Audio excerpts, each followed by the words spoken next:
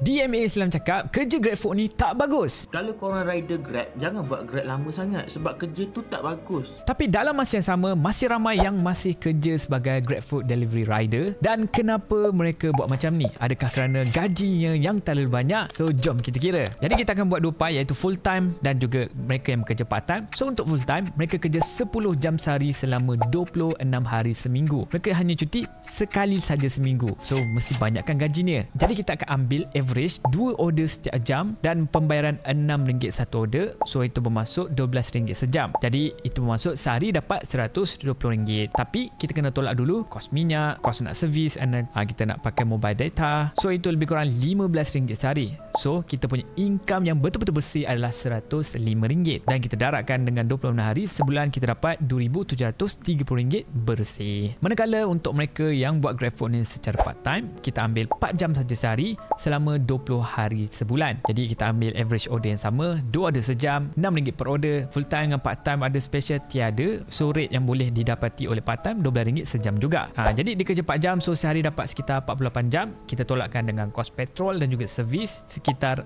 RM6 sehari, maka bersih dapatlah RM42 sehari. Dan kita daratkan dengan sebulan 20 hari saja, maka bersih yang didapat adalah RM840. Jadi korang boleh nampak, orang kerja full time total sebulan yang dia dapat adalah RM2,700, manakala part time RM840. Tapi dan ingatkan, ini tidak ditolak dengan KWSP dan sebarang medical benefit pun tiada. Jadi kita boleh nampak yang mana gaji RM2,700 ini memang lebih tinggi, lebih jauh lebih banyak daripada orang yang kerja gaji minimum, iaitu RM1,700. Nak dekat extra RM1,000 dekat situ. So memang dah faham lah kenapa ramai yang memilih untuk kerja sebagai GrabFood rider. Tapi berdasarkan pengalaman Daud sendiri yang pernah bekerja sebagai Foodpanda rider sewaktu mereka baru masuk Malaysia, pada waktu Daud kerja dulu, Daud best satu. So itu masuk gaji Daud sekitar RM3,000 ke RM4,000 lah sebulan. Dan korang tengok, daripada gaji RM3,000 RM4,000 sebulan, sekarang hanya tinggal RM2,700 saja sebulan. So makin lama korang kerja, makin kurang gaji korang. Sebab apa? Food delivery rider ini, dia punya barrier nak entry tu sangat-sangat rendah. Sesiapa saja boleh buat. Dan makin lama makin ramai orang. So bila ramai orang, mereka boleh bagi gaji rendah pun tiada siapa yang boleh melawan. Sebab tu apa yang DMA